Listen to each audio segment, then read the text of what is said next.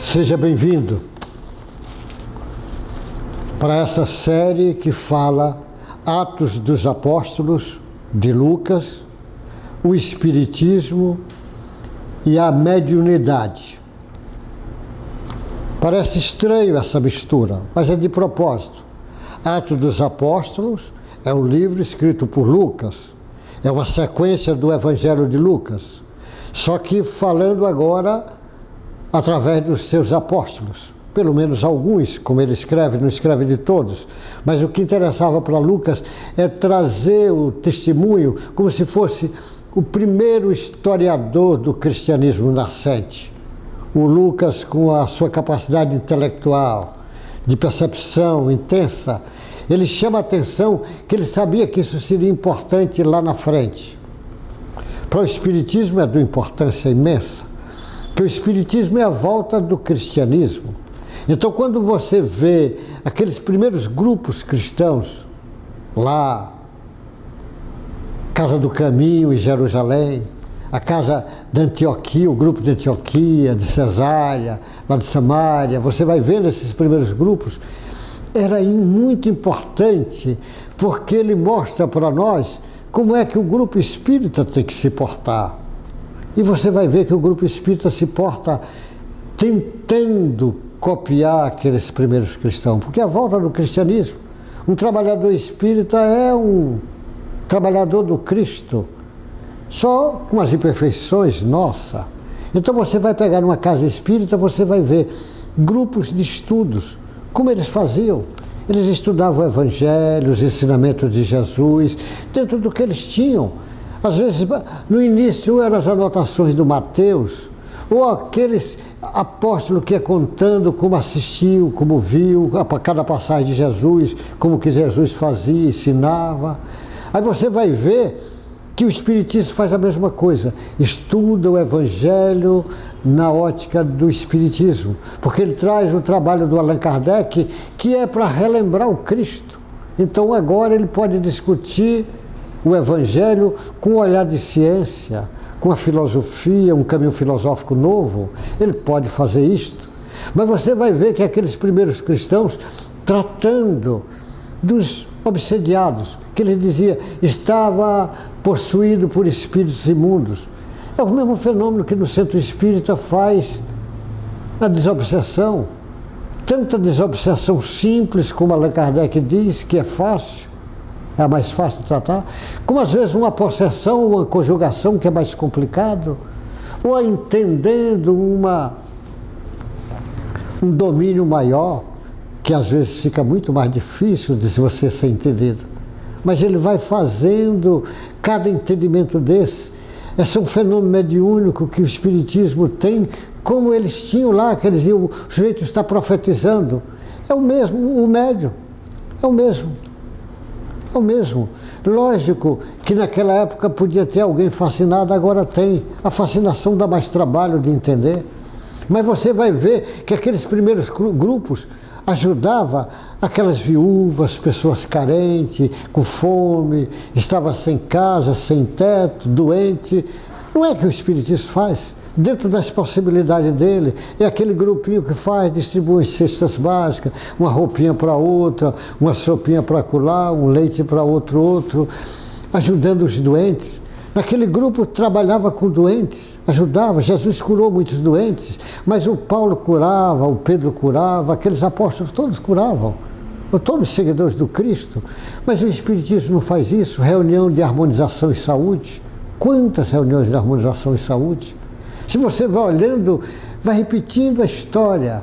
O Espiritismo vem para repetir igual, uma cópia pálida. Por isso que entender o livro Atos dos Apóstolos é muito importante, sobretudo quando você mira aqueles primeiros grupos, usando a força da oração, usando a camaradagem, um fazendo prece pelo outro, entendendo que nós somos espírito em evolução, somos espírito com defeitos, mas vamos seguindo o grande comandante. Jesus é o modelo e guia, e a gente mirando em Jesus, olhando como aqueles primeiros companheiros trabalhavam, nós temos uma ideia de como vamos trabalhar. Por isso que o Espiritismo toma Kardec e Cristo. O Cristo é o caminho, é a solução. O Cristo é o modelo e o guia. Mas o Kardec, o Espiritismo, é o entendimento para você entender o Cristo. É o entendimento. Porque agora ele fala na linguagem moderna, na linguagem que a ciência já pode alcançar, que a filosofia pode compreender.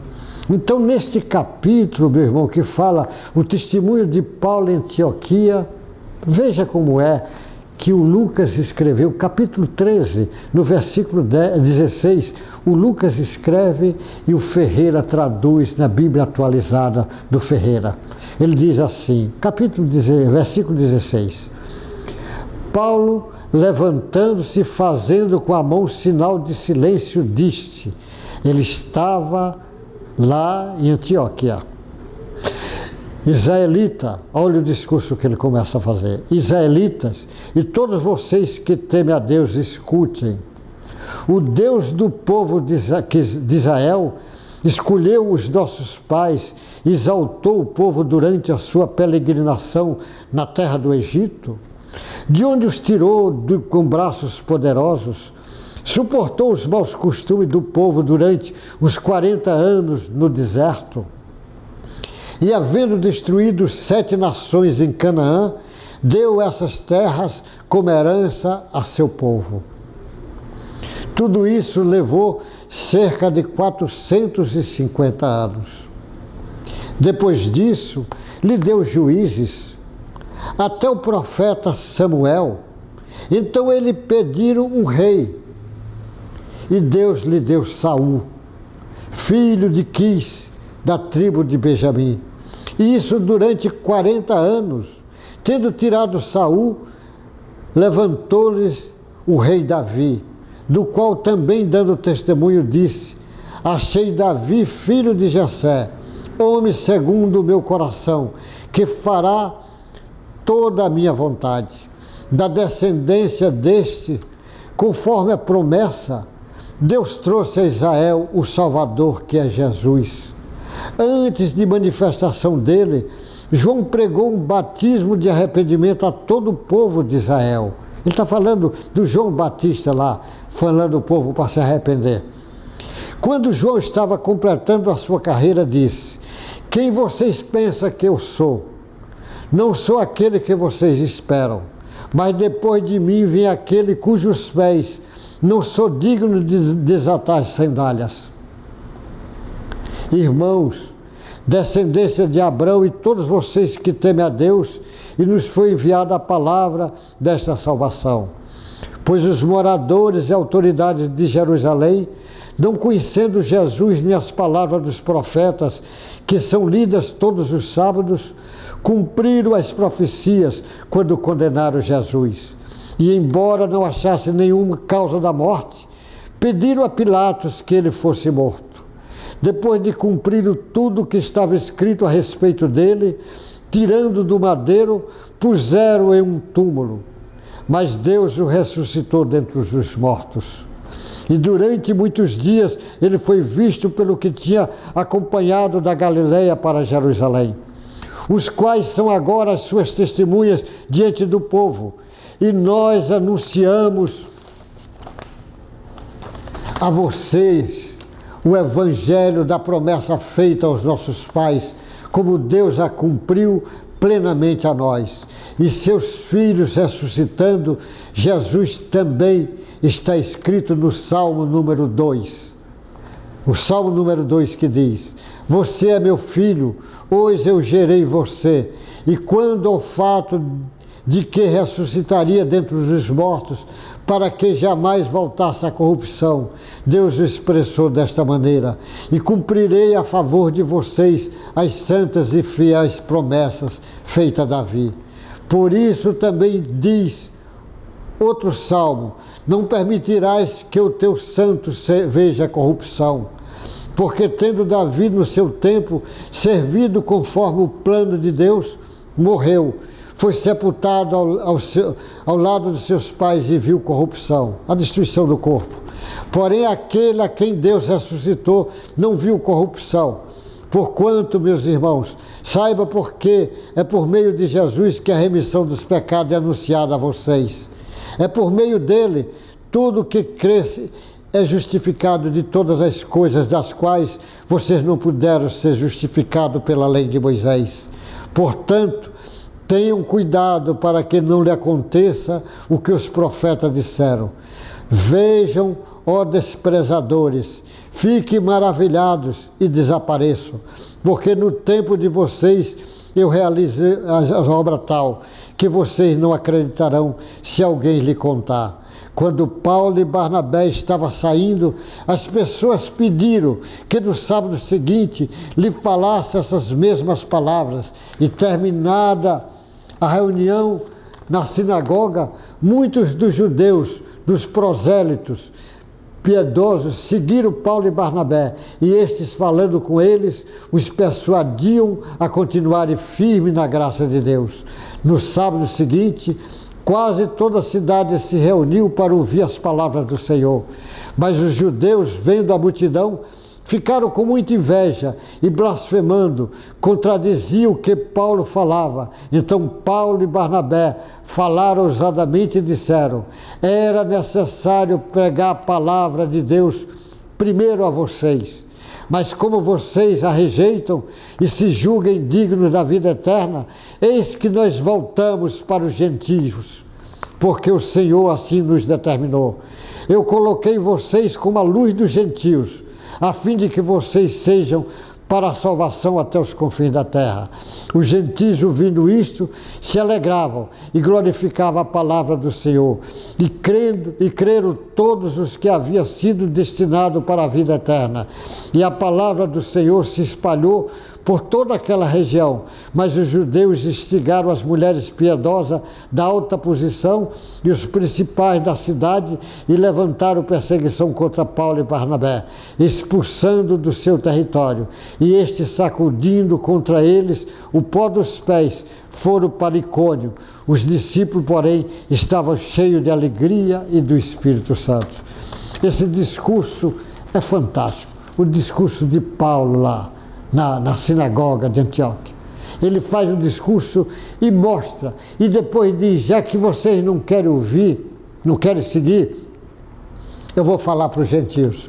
Por isso que o Paulo, ele está iniciando nessa viagem que ele está fazendo. Ele vai nessa caminhada dele, nessa primeira viagem. Ele vai iniciar o trabalho com os gentios. Vai falar para reis, para pessoas que não tem nada a ver com o judaísmo. Mas ele vai começar o trabalho universal, que a mensagem de Jesus é para o universo.